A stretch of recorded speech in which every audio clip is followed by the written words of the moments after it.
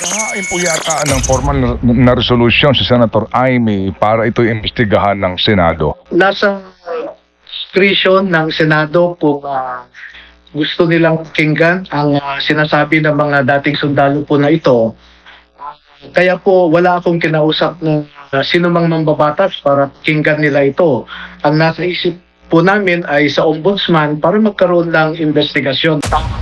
Yung sinasabing pabagsakin ang gobyerno, sino naman po kami? No? Sino naman itong mga dating 18 sundalo para naman pabagsakin ang gobyerno?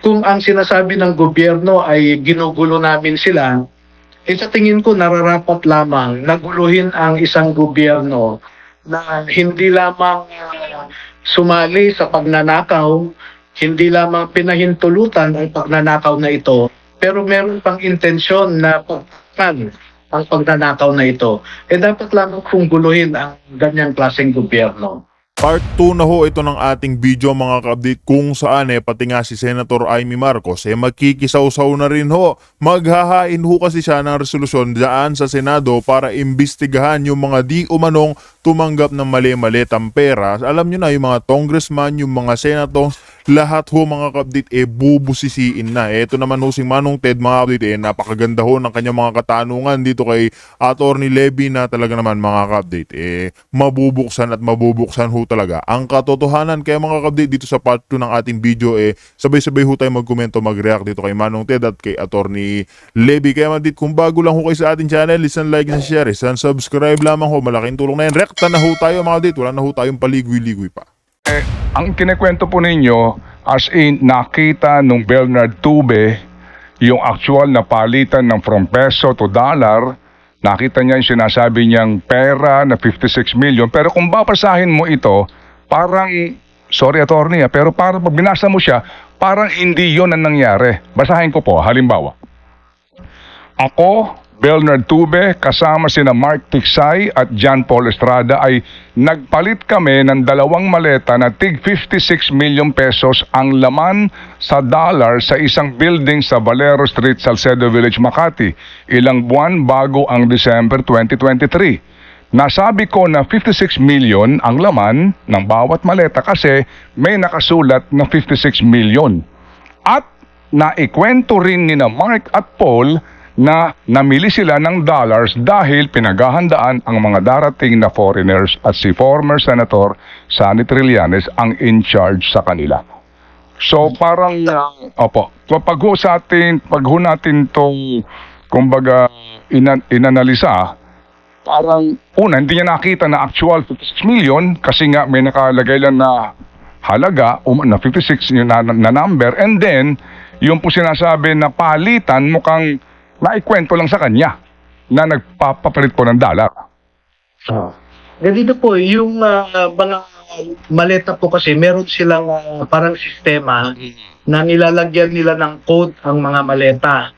At sa katagalan na po ng ganitong gawain nila ay alam na nila na kung yung may nakalagay na ganitong code dyan, alam nila yung kung magkano yung laman ng maleta, no? At siyempre, tama po yung mga tanong ninyo. Hinahanap ninyo yung mga specifics na wala dyan sa salaysay nila. Pero tulad po ng sinasabi ko, binibigyan ko lamang muna ng reasonable ground ang ating ombudsman para mag-conduct siya ng isang investigation at doon nila hanapin yung mga specifics na yan. At pangalawa po, yung binabasa nyo ngayon na affidavit ay isang draft po yan. Okay. Bibigyan ko po kayo ng yung notarized na affidavit para hindi ko po kasi kinumpara yung mga sinasabi sa akin na may lumabas na sa social media dahil hindi ho ako ang naglabas dyan. So I cannot really confirm this time kung yung binasa po ninyo ay pareho doon sa final version. Palagay ko po pareho lang attorney, no? Kumbaga itong, anyway, ito pa po isa ha. Opo, ito pa po isa. Nakita rin namin si retired General Eduardo M. Año, sana po nakikinig siya, we can get his side, at binigyan ng isang paper bag pagkatapos ng meeting nila sa Polo Club Townhouse kasama si Saldico, dating Speaker Romualdez at Leila de Lima. Ito lang po yung mention kay Leila de Lima sa buong affidavit, pero kasama na po siya doon sa umano'y mga nakatanggap ng maletang pera. Paano po natin maire-reconcile po ito, Attorney? Ay, ang pagkakaalam ko, walang sinasabi dyan sa kanilang salaysay na tumanggap ng maleta, no? Ang si Secretary Ed Año at saka si Congresswoman Leila de Lima. Ang sinasabi dyan ay pag nagde-deliver sila, meron silang iba't ibang klase at sizes ng mga lagayan nila, no? Pero dyan sa specific na meeting na yan, kung makikita po ninyo yung Unit 8 sa 9 ng Polo Club Townhouse, nasa harapan lamang po yung paradahan ng mga sasakyan. At ang sistema po kasi ni Mr. Saldico, nagdadala na siya ng isang sasakyan, isang van, na nandoon yung mga malimaleta, Opo. at saka yung mga nakasilid sa mga paper bags. Alam din po nila kung ano yung halaga nun, dahil sila rin po ang nagbabantay sa sasakyan na yan. Opo. At pag katapos po ng meeting, o bago mag-meeting ay nagbababa na sila ng mga paper bags na yan o maleta man yan. At pagkatapos po ng meeting ay nakikita nila. Attorney, kaninyo hindi nabanggit na hinahatiran ng mali-maletang pera itong si Leila de Lima, si ngayon po'y kinatawan dyan sa kamera. Basahin ko po number 44 ha. Nautusan din kami na mag-escort at mag-deliver ng iba't ibang laki ng maleta sa mga congressmen, women na naaalala namin sa ngayon dahil nga sila ang napapanood namin minsan sa telebisyon. Alright. Opo. Ito po'y sinasabi din ha, na nakakausap si Saldico at naghihatid mismo sa HOR at sa mismong bahay ng ilan. Dito po sa letter M, de Lima. Alright? Opo. Sabi ho dito, Leila de Lima, mali-maletang pera. Kaninyo po, hindi kasama si de Lima sa mali-maletang pera. And bakit po siya hatiran ng pera nung panahon po na sinasabi ho dito sa kanilang affidavit, gayong naging kinatawan lamang po ng isang party list si Ginang de Lima dito lang pong 20th Congress. Ano pong paliwanag po dito, Attorney? At totoo po yun na 2025 lang siya, no? Pero ang binabanggit nila noon ay nakakasama siya sa mga meeting pagpatungkol sa ICC, no? Kaya nilagay ko na lamang siya sa mga miyembro ng Congress. O pwede pong error yun, no? On my part. Pero yun po ang sinasabi nila na si Congresswoman na Leila de Lima ay pumupunta sa townhouse na yon. Paglabas niya ay meron siyang bit-bit na paper bag na pera ang laman nun. Kasi familiar sa amin yung paper bag dahil kami ang bumibili ng mga paper bags na yan at kami rin ang nagdadala. No?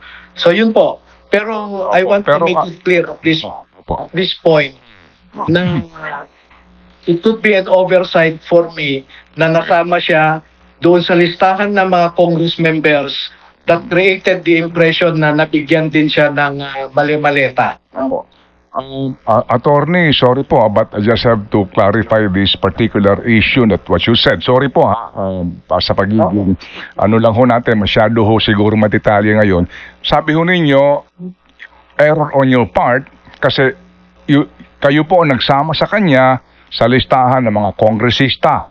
So, kung error po iyan, lumalabas po na kayo na lang ang nagdesisyon, hindi yung 18 na isama yung pangalang de Lima sa listahan ng mga congressman na tumatanggap ng mali-maleta. Hindi ho ba kapag inamin mo may error dito, so kung sabi nga po sa inyo po, no, sa inyo pong mga mahuhusay sa batas, kapag nagkaroon ka ng isang error, opo ha, false is in uno, false is in omnibus. So paano ho namin tatanggapin to na kung nagkamali ka dito sa isa, ilan pa ang pagkakamali mo sa buong affidavit? Yung falsus in uno, falsus in omnibus po, Sir Ted, no? Ay marami ng decision ng Supreme Court na hindi yan applicable in general, no? May mga exceptions yan. Tulad ngayon, naisama ko siya sa mga listahan ng mambabatas kasi mambabatas na siya ngayon. Aha.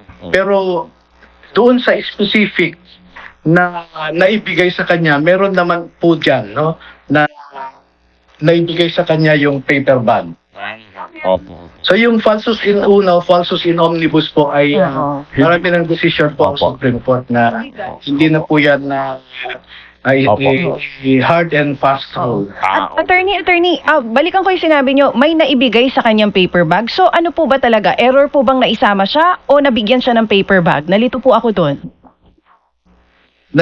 Ang specific po na nakalagay dyan ay doon sa katapos ng meeting nila sa townhouse ay nabigyan siya ng isang paper bag. At usually yung paper bag na yan, either 5 to 10 million po ang laman niya. Oo. Sir, kasi sa number 44 po siya eh. Wala.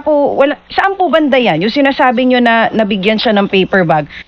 Kasi dito ko lang siya nakita doon sa kasama po niya yung pangalan ng mga kongresista. So, para lang po matapos na ito, sir, siya po ba ay nakatanggap o hindi? Katanggap po. Opo. Sige. So, attorney, yung pong mga attachment nito, mga pictures, ano po, sabi ho ninyo, ito po ay, kumbaga, hango sa mga video, kasi po marami ito. Dito po kasi wala pong klaro, no, kung ito ba ay hango sa video o pictures. Ilan po ba ang video ho ninyo, kumbaga? Medyo there is a good number of videos po, no? Pero hindi ko naman mai-attach sa kanilang affidavit yung videos na yan. Opo. So ang ginawa ko po ay nag-capture lang ako ng portion ng video to illustrate, no? Pero nasa USB po yan at Opo. isasumite rin po namin sa ombudsman pagka nag-investigate po sila. Okay. So ito ho mga picture na ito, kasi nga although meron po naman picture na yung laman pera, ito ho yung kinupitan kaninyo ng mga pulis daw, no, sa affidavit na ito. So yung pong mga picture na ito, puro ho kasi maleta na kahilera.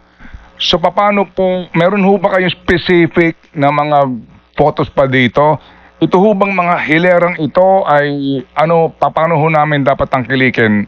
Ito yung matapos bilangin, ilagay sa maleta, kanya-kanyang destinasyon, o meron kayong sinasabi na meron kayong isang hakot sa kanyang eroplano papunta sa Ilocos? Ganito po yung naging sistema nila. Lahat ng mga nagre-remit ng pera kay Sandico ay pumupunta muna sa Valle Verde 6, Phase 6. At merong staff si Sandico doon na ini-inspection yung mga dineliver, no? So, binibilang doon at ibinabalik sa maleta at nilalagyan nila ng code. Pagkatapos niyan ay tinatransport nila papunta sa Horizon. Doon po yung imbakan ng mga maleta na yan na naglalaman ng mga pera. At doon nang gagaling yung pera din pagka inuutusan sila si Paul at si Mark Tiksay ang nagsasabi magbaba kayo ng 4 na maleta dahil meron tayong dadalhan. Ganun po. So merong reception area, Valle Verde 6. Meron pong kumbaga imbakan nila, Horizon Homes. So from there po, yun yung distribution na point po nila. Okay. And then, ito pong 18 na mga testigong ito, meron po ba silang magiging isa-isa na ho ba ang kanilang affidavit dito para ho maiklaro talaga ang kanilang personal knowledge sa mga akusasyon po nila? Eventually po ay magkakaroon ng tig-isang affidavit yan dahil nabanggit ko nga po kanina sa Office of the Ombudsman magkakandak sila ng question and answer na exercise doon at iisa-isahin po nila sila. At titingnan din po nila kung magtutugma yung mga sinabi nila dyan sa pinagsamang sinumpaang salaysay at saka yung individual na statements na ibibigay nila sa mga investigador. Opo. Bakit po ombudsman at kayo ho ba ay nabanggit po kasi sa affidavit si dating DOJ Secretary Boying Rimulya po dito, no? Oo, ngayon po siya ang ombudsman. Bakit po sa ombudsman at ano po ang inyo pong damdamin ngayon na ang nababanggit po sa affidavit ay ngayon nga po ang siyang inyong pupuntahan? Hindi po kasi makakapagsampa ng kaso laban sa mga government officials kung hindi dadaan muna sa ombudsman. Meron kasing primary jurisdiction ang ombudsman when it comes to violations of RA 3019 at saka RA 6713 at government officials yung involved, no? Primary jurisdiction ang ombudsman. Hindi po kami pwedeng pumunta sa fiscal. Ombudsman lamang po bago umakyat sa proper court. Depende sa imposable penalty saka yung rank ng mga nakatanggap, maaari pong RTC, maaari rin pong Sandigan Bayan isang. Opo, ano ho ba ang inyong naiisip pong kaso po dito? Kasi saan ba galing yung pera? Ano ba ang kwento ng inyong mga testigo rito? Saan galing yung pera? Pera ba ito mismo rekta galing sa DBM, sa gobyerno, o pera galing sa kontraktor panuhol? Juan po, sa akin po ay irrelevant kung saan nanggaling yung pera. The fact na tumanggap ka ng halimbawa yung mali-malitong pera na yan, tumanggap ang isang opisyal, di po ba bawal ang tanggap ng donation? Pangalawa, merong prima facie proof na illicit yung activity na yan. Kasi kung legitimate ang transaction, bakit naman na isisilid mo ang milyon-milyon na pera sa maleta para i-deliver? Pwede naman po idaan sa banking institutions natin, no?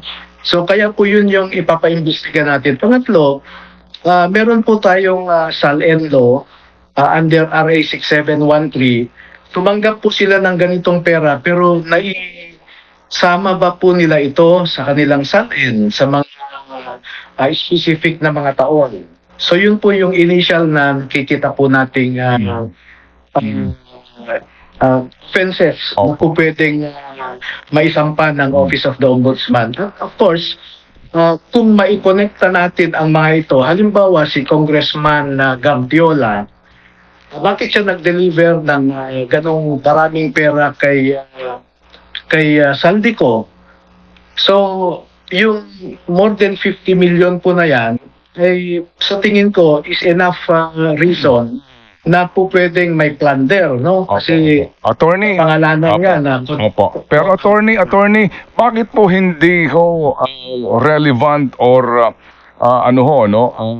importante kung saan galing ang pera? Kasi hindi ho ba magkaiba po at magkaiba? Malaki po ang kaibahan kung ang kaso ay bribery sa malversation. I'm sure, alam po ninyo, di ho ba importante rin po na malaman yun nga kasi relevant din po kung saan kayo dudulog na either sa DOJ or sa Ombudsman. Kasi nga po, kapag po malversation, yan po pera na nanggagaling nga po sa Estado. Pero kapag ito po sinasabi na galing sa pribado, nanunuhol sila, yan po bribery. Sa inyo pong palagay, irrelevant po dito kung saan galing yung pera? Sabi ko po ay at this stage ay irrelevant muna dahil may malinaw na offenses na pwedeng nakunin. Sige po. Pero kung malversation po ay we presume that the money came from public coffers. Yes, no? sir. Opo. At yung sa bribery naman, it assumes na yung sinuhulan mo ay ginawa niya isang bagay na krimen dahil by reason of his office. Yes, sir. No? Yes, sir. Opo. Oo nga po. No? Opo. Ginagamit niya yung kanyang poder para kumita doon sa suhol na meron pong interest sa proyekto sa gobyerno. So, ngayon, attorney, dito po sa inyong pagdulog today, no, sa Ombudsman, kaninyo, wala pa kayong kasama na sino man pong sa 18 na lumantad itong isang araw. Sino po ang nagnotaryo nito? Itong ihaharap niyo po na affidavit. Kayo ba mismo, attorney? Hindi po. Isang notaryo po siya, si Attorney Charlie Pascual, na ako po ay of counsel nila sa law firm na yan sa Makati. Okay. And then, kung sakasakali ka ninyo po, ito pong 18 ito, kapag ipatatawag na ombudsman, ay willing po na lumantad at mag-execute ng kani-kanila po ng mga affidavit. Tama po, no? At ako naman ay para makasigurado, no, na nagsasabi rin sila ng totoo, ay meron po akong inanyayahan na isang bishop, no, si Bishop Ephraim Tendero, para kausapin din sila at tinanong din sila bago sila magpanotaryo kung kusang loob ba nilang ginawa yung kanilang sinumpaang salaysay. Pumirma rin po si Bishop Tendero sa kanilang affidavit bilang witness Okay. na nagpapatunay na hindi sila nasuhulan, napilitan, tinakot, o Opo. pinomesahan po. Opo. Sige. So ito hong mga taong ito ngayon, paano po sila nabubuhay? May mga pamilya po ito. Considering po, anong mga trabaho po nila ngayon? Natigil nga po ang kanilang trabaho noong effective po January 30 yata, no? Na tinerminate officially yung employment nila kay Saldico. Kaya itong February po ay wala na silang sweldo.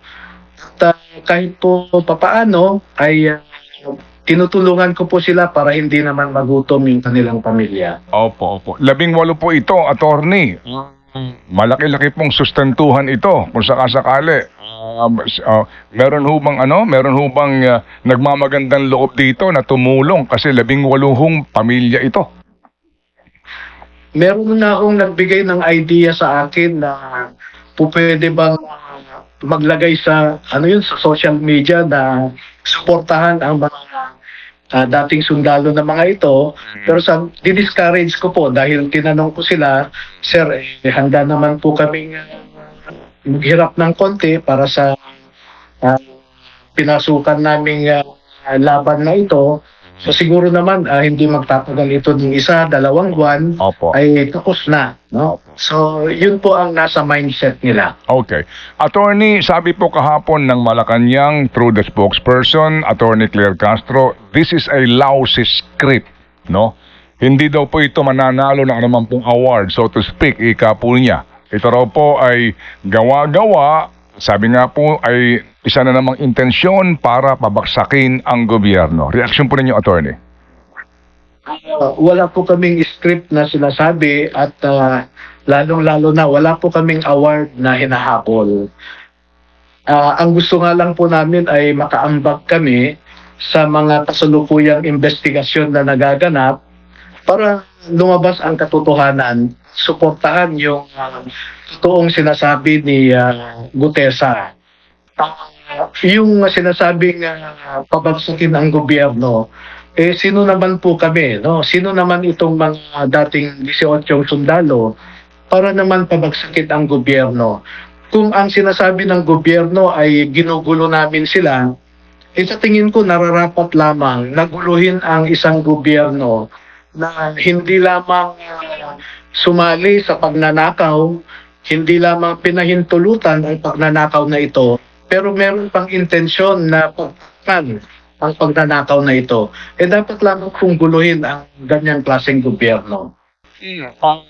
Attorney, nasan daw po, may pahabol na tanong dito ang isang mamamahayag, nasan ba daw ngayon si Orly Gutesa? Dalawa po yung impormasyon na nakarating sa akin. Ayon kay Mike Defensor nga, noong unang nakausap ko siya, ang una niyang sinabi ay nasa IG daw ng PNP, intelligence group ng PNP.